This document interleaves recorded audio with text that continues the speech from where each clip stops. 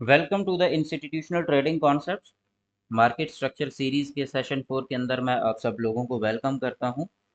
Suppose हम एक single time frame 1 minute या 5 मिनट पे एनालिसिस करना चाह रहे हैं, तो हम किस तरह से 1 मिनट या 5 मिनट को डीकोड कर सकते हैं। किसी भी टाइम फ्रेम को डीकोड करने के लिए हमें आइडेंटिफाई करना पड़ता है एक मेजर ट्रेंड। अब ये मेजर ट्रेंड क्या होता है? सपोज हमारे पास ये एक वेव है जिसके अंदर मार्केट ने अपसाइड पे मूव किया।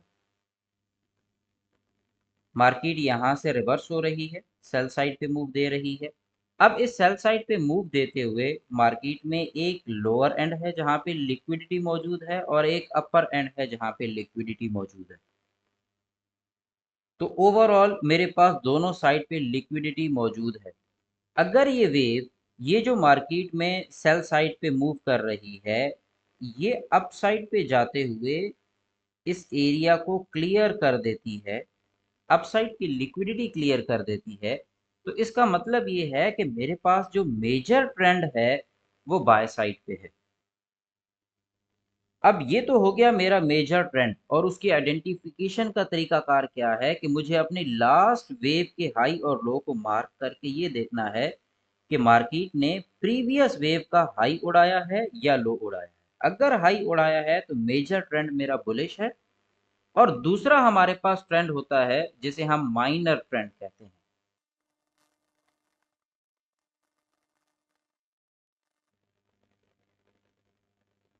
माइनर ट्रेंड के अंदर हमें with in the wave, suppose ये प्रीवियस हाई और लो मार्केट ने ब्रेक कर दिया, अब मार्केट बुलिश है, हमें इस हाई और लो को मार्क करके रखना है। और इस हाई और लो के अंदर हमारे पास पॉसिबिलिटीज क्या हैं कि मार्केट हमेशा माइनर ट्रेंड में कंसोलिडेशन करती है। अब ये जो सेल मूव आया है इसमें कंसोलिडेशन किस तरह की होती है? इसमें कंसोलिडेशन आपको दो तीन मुख्तलिफ तरह से नजर आती है। मैं यहाँ पे ड्रॉ करता हूँ। सपोज ये मेरे पास एक मेजर ट्रेंड है, आपको कंसोलिडेशन कुछ इस फेज में नजर आएगी।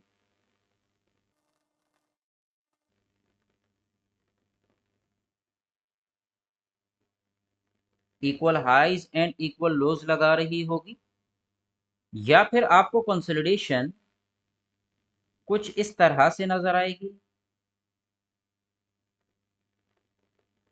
यहाँ पे इक्वल हाइज एंड इक्वल लोज लगा रही होगी, या फिर ओवरऑल आपके पास मार्केट इस पूरे फेज में ये सपोज हाई लगा खड़ा है तो यहाँ पे आर्बिट्री मूव देना शुरू कर देगी, कुछ रैंडम मूवमेंट शुरू कर देगी, कुछ इस तरह से आपके पास कंसोलिडेशन होगी।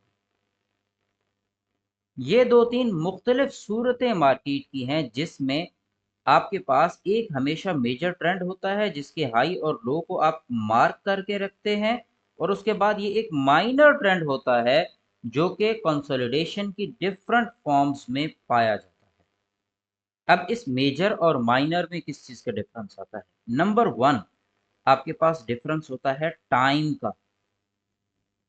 अगर आप अपने मेजर ट्रेंड को देखें तो ये हमेशा लेस टाइम में मूव करता है। मिसाल के तौर पे यहां आपको नजर आएंगी ओवरऑल सपोज 10 कैंडल्स जो कि एक हाई बना रही थी, या इस जगह पे मार्क कर लें, यहां आपके पास है 10 कैंडल्स जो कि मार्केट को यहां से बाय साइड पे लेके गई है।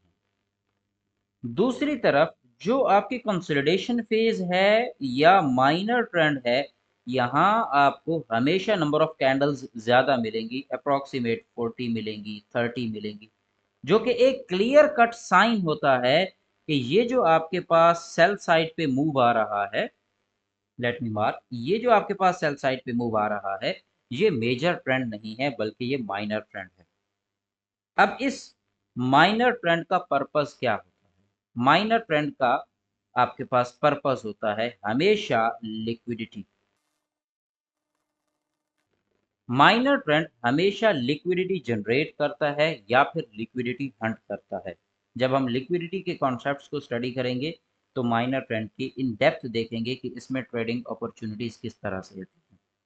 तो पहला डिफरेंस मेजर और माइनर ट्रेंड में हमारे पास है टाइम का। जो सेकंड डिफरेंस आता है वो हमारे पास आता है लेंथ का। हमेशा जो आपका मेजर ट्रेंड होगा इसकी मूवमेंट ज्यादा होगी as compared to minor trend.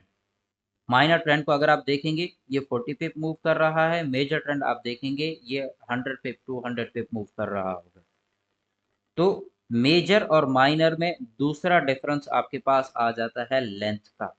फिर उसके बाद तीसरा डिफरेंस जो कि आप with the passage of time identify करने के काबिल होंगे, दैट इज मोमेंटम। अगर आप मेजर ट्रेंड के अंदर कैंडल्स को देखेंगे तो वो मोमेंटम कैंडल्स होंगी, बड़ी बड़ी कैंडल्स बनेंगी जिनके अंदर विक्स इतनी बड़ी नहीं होंगी। जबकि माइनर ट्रेंड के अंदर आपको हमेशा नजर आएगा कि विक्स बड़ी है। तो अगर आपको किसी भी ट्रेंड के अंदर विक्स बड़ी नजर आना शुरू हो जाए तो इसका मतलब ये है कि मार्केट वहां से रिवर्स होना चाह रही है। मार्केट में जब भी हम ट्रेड करते हैं तो हमें सिर्फ इस डायरेक्शन में ट्रेड करनी है। सपोज ये बुलिश है तो हम मार्केट में इस लो तक भी अगर मार्केट आ जाती है तो हम यहाँ से बाय की ही ट्राई करेंगे। मार्केट कहीं भी चली जाए हम हमेशा बाय की ही ट्राई करेंगे। द रीजन इज के हमारी जो मार्केट की मूवमेंट है या जो मेजर ट्रेंड हमारा चल रहा है वो बाय साइड पे चल रहा है। अब ज्यादातर लोग इस कंसोलिडेशन में इस चीज का शिकार होते हैं कि मार्केट का पॉसिबल नेक्स्ट मूव कौन सा है। क्या मार्केट यहाँ से गिरने वाली है या मार्केट यहाँ से मजीद बुलिश जाने वाली है। तो इस कंफ्यूजन में आके ओवर ट्रेडिंग का शिकार होते हैं। तो एक बात याद रखिएगा कि कंसोलिडेशन से पहले जो आपके पास एक वेव होती है, इस वेव को अगर आप आइडेंटिफाई करने के काबिल हो जाते हैं तो फिर आपके लिए कंसोलिडेशन में नेक्स्ट मूव को कैप्चर करना is not a big deal.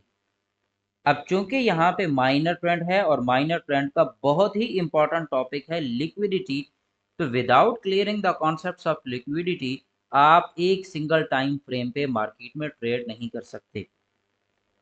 फिर हमारे पास आगे जब हम इससे आगे बढ़ते हैं तो मेजर और माइनर ट्रेंड मिलके अगर एक बड़े टाइम फ्रेम को हम देखें, लेट मी मार्क, अगर हम एक बड़े टाइम फ्रेम को देखें सपोज 15 मिनट पे आ जाते हैं तो आपको 15 मिनट पे ये सिर्फ बुलिश ही दिखेगा, इसके अंदर कोई सेल मूव नहीं दिखेगा। और 15 मिनट के अकॉर्डिंग मार्केट जब सेल आएगी तो इस एरिया को क्लियर करके यहाँ से वापस अपसाइड पे निकल जाएगी। अब 15 मिनट से बड़े टाइम फ्रेम को अगर हम देखेंगे 1 आवर को तो वो सिर्फ और सिर्फ ये सारे का सारा बुलिश होगा। जब वो रिट्रेस करेगा तो वो 15 मिनट के यहाँ से बायर्स को भी निकाल के अपसाइड पे मूव करेगा।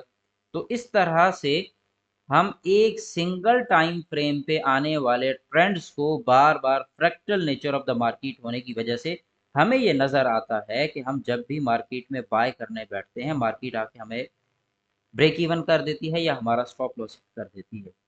तो मेनली हमें मेजर और माइनर ट्रेंड के साथ साथ अपने टेक प्रॉफिट लेवल्स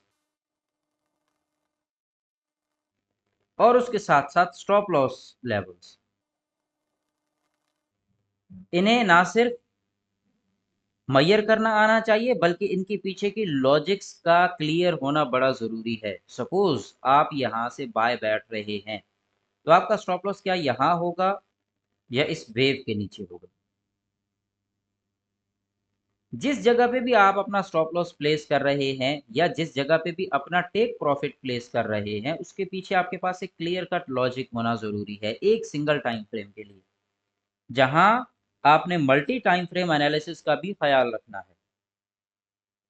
हम अपने लाइव जूम सेशन के अंदर इसको मजीद डिटेल में डिकोड करेंगे। कमेंट सेक्शन के अंदर आज के सेशन से रिलेटेड अपनी राय ज़रूर दीजिएगा। Thank you very much.